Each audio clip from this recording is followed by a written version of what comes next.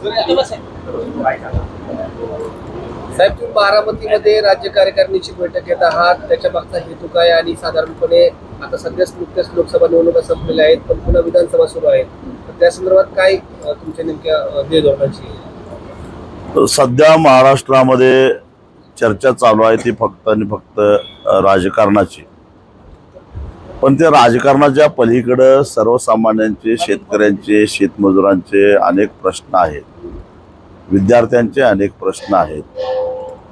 नवीन शैक्षणिक वर्ष सुरू झालेलं आहे, परंतु अनेक ठिकाणी विद्यार्थ्यांना फी भरलेलं आहे म्हणून ॲडमिशन नाकारले जात आहेत. डोनेशनसाठी विद्यार्थ्यांना वेटीस धरलं जात आहे. आणि हे सारे प्रश्न असताना जणू काही राजकारणाच्या पलीकडे आम्ही बघायचंच नाही अशा प्रकारे जे विचारांचं ध्रुवीकरण करण्याचा प्रयत्न होतोय आणि जातीय धार्मिक ध्रुवीकरण करून सर्वसामान्य माणसांना मूळ प्रश्नापासून बगल देण्याचा जो प्रयत्न आज होतोय, त्याच्या पलीकडे जाऊन महाराष्ट्रातल्या शेतकऱ्यांचे काही प्रश्न आहेत आणि त्या प्रश्नाकडे गांभीर्यानं बघण्याची आवश्यकता आहे. हा हेतू ठेवून आज आम्ही स्वाभिमानी शेतकरी संघटना आणि स्वाभिमानी पक्षाची राज्य कार्यकारिणीची बैठक बारामतीमध्ये आयोजित केली आहे. आज महाराष्ट्राच्या ग्रामीण भागामध्ये जर बघितलं तर कापसाच्या दराचा प्रश्न आहे, सोयाबीनच्या दराचा प्रश्न आहे. ज्या पद्धतीनं उत्पादन खर्च प्रचंड वेगानं वाढतोय, त्या प्रमाणामध्ये कापसाला, सोयाबीनला किंवा कुठल्याच शेतीमालाला भाव मिळत नाही. कांद्याचा प्रश्न हा केवळ सरकारच्या नाकर्तेपणामुळं, सरकारच्या शेतकरी विरोधी धोरणामुळं हा कांद्याचा प्रश्न निर्माण झालेला आहे.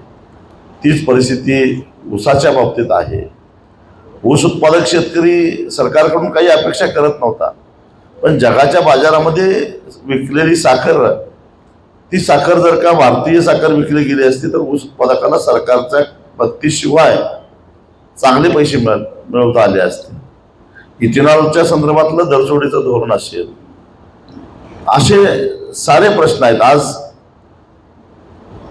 खरं तर महाराष्ट्रामध्ये जी काही धरणं झाली, त्या धरणामध्ये जे पाणी आहे ते शेतकऱ्यांच्या मालकीचं, कारण ती धरणं शेतकऱ्यांना, तिथल्या स्थानिकांना बेदखल करून, त्यांना तिथून उच्चाटन करून ती धरणं बांधली गेली. त्याच्या खाली गावं, जमिनी सगळ्या बुडल्या आणि ज्यांचं पुनर्वसन करायचं होतं त्यांना जमिनी शेतकऱ्यांनीच दिलेल्या होत्या.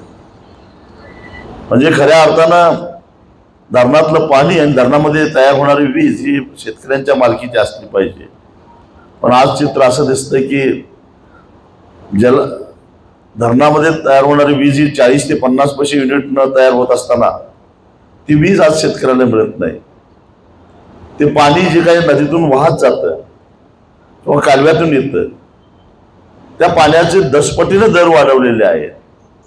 काय कारण काय? आणि मग अशा पद्धतीनं शेतकऱ्याला शेती करताच येऊ नये अशा प्रकारची धोरणं राबवली जात असताना विकासाच्या नावाखाली सुरत चेन्नई महामार्ग असेल किंवा शक्तीपीठ महामार्ग असेल, अशा अनेक महामार्गाला शेतकऱ्यांच्या जमिनी अक्षरशः वरबाडून घेतल्या जात आहेत. त्यासाठी कायद्यामध्ये बदल केला जातो आहे. आणि हे सारे जे काही मूलभूत प्रश्न आहेत शेतकऱ्यांचे, स्थानिकांचे, त्या प्रश्नाकडे कुणाचंच लक्ष नाही. तेव्हा या संदर्भामध्ये स्वाभिमानी शेतकरी संघटनेला काही ठोस भूमिका घेऊन, महाराष्ट्रामध्ये निर्णायक अशी भूमिका घेऊन एक वेगळा लढा उभा करण्याची आवश्यकता आहे. त्या हेतूनं काही निर्णय घेण्यासाठी म्हणून ही राज्य कार्यकारिणी आज बारामतीमध्ये आम्ही बोलवलेले आहे. आता सध्या लोकसभेमध्ये महायुतीची पिछाड झालेली आहे आणि या पार्श्वभूमीवर शेतकरी कर्जमाफी हा मुद्दा एक पुढे येऊ लागलेला आहे. संपूर्ण शेतकऱ्याच्या डोक्यावर प्रचंड कर्ज वाढलेलं आहे. शेतकऱ्यांची वीज बिलं थकीत आहेत, अर्थात ती अशीच त्यांच्यावर लादलेली आहेत, कारण एकही मीटर शेतकऱ्यांच्या मोटरीवरचं चालू नाही. आणि शेतकऱ्याने न वापरलेलं वीज ही तुम्ही वापरलेली आहे अशा पद्धतीनं वीज बिलं शेतकऱ्यांच्यावर थोपवली गेली आहेत.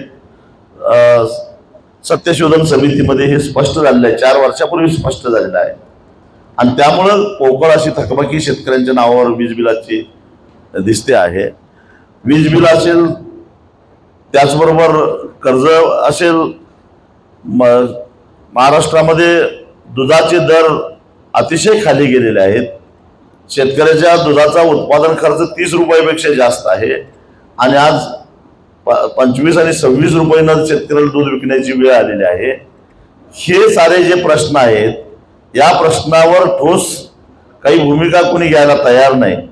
आणि त्यामुळं ज्यांना सत्ता प्राप्त करायची आहे त्यांना या बाबतीत काय करणार आहोत त्याचा ठोस कार्यक्रम शेतकऱ्यासमोर ठेवावा लागेल.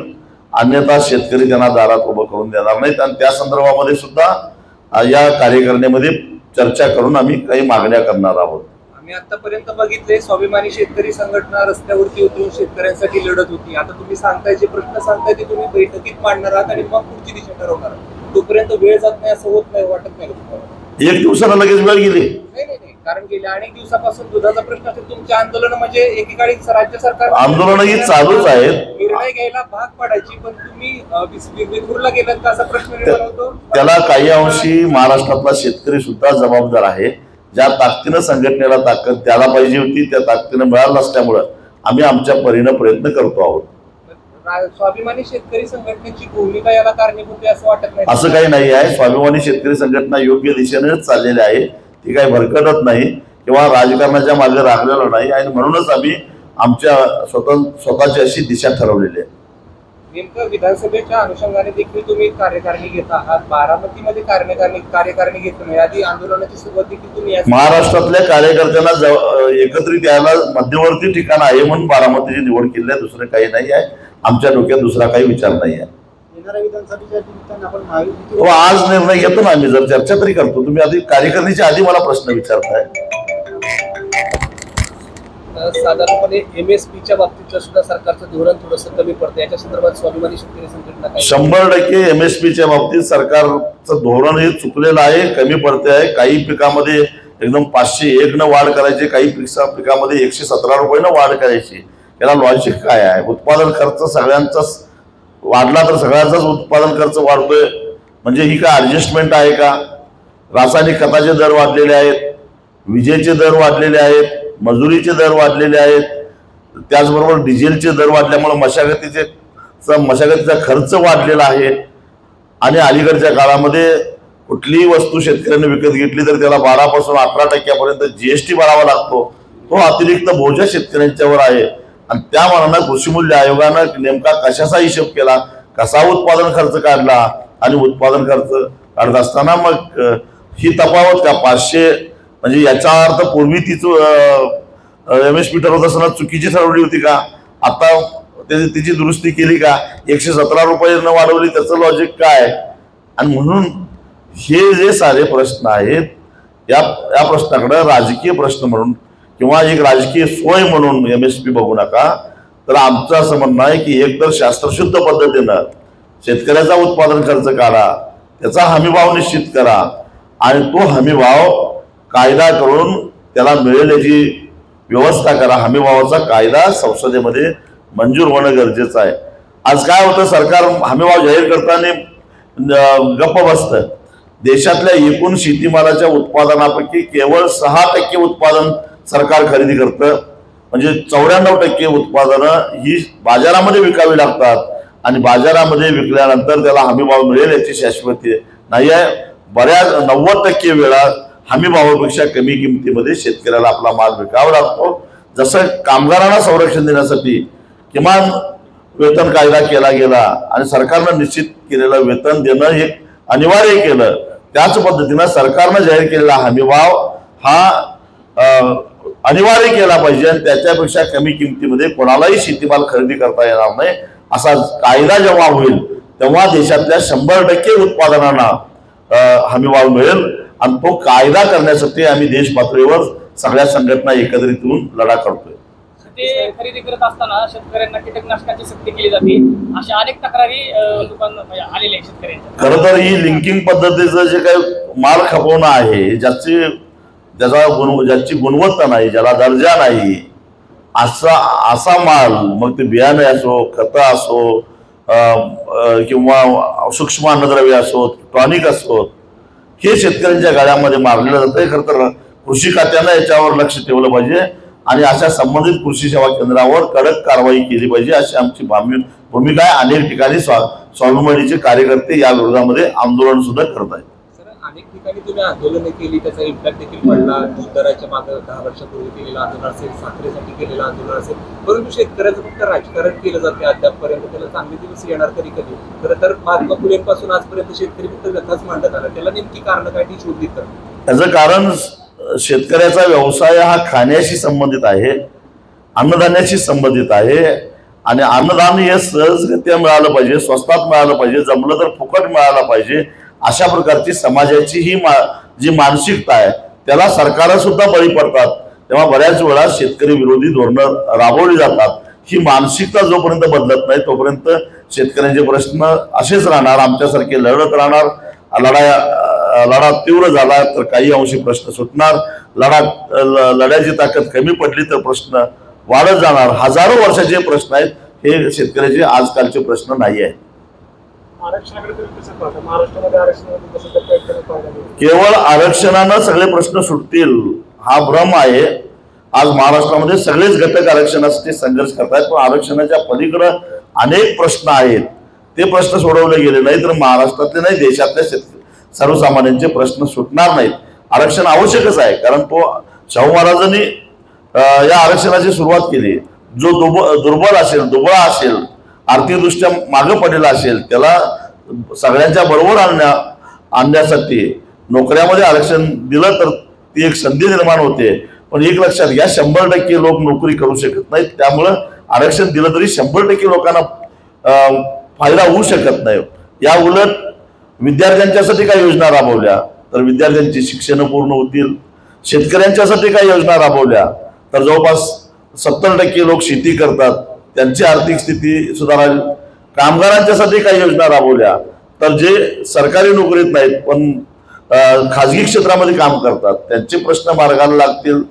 अशा वेगवेगळ्या घटकांच्याकडे सुद्धा लक्ष देणं तितकंच गरजेचं आहे. मग ते कुठल्याही जातीचे असोत, धर्माचे असोत, त्यांना या सगळ्या गोष्टीची आवश्यकता आहे. राज्याच्या जलसंपदा विभागानं शेतीला लागणाऱ्या पाणीपट्टीमध्ये 10 पटीने वाढ केली. मी आत्ताच त्याचा उल्लेख केला आणि हे खरं तर म्हणजे याची तुलना औरंगजेबाच्या जिजिया होऊ शकते.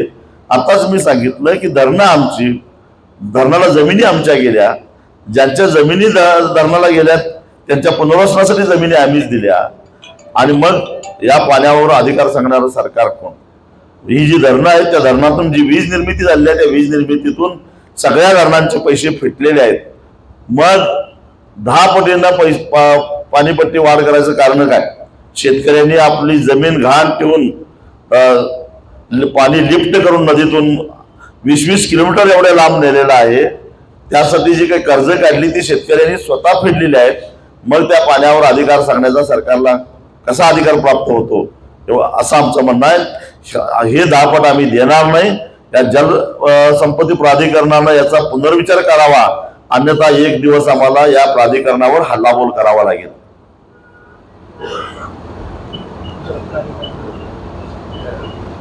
थँक्यू. चलो.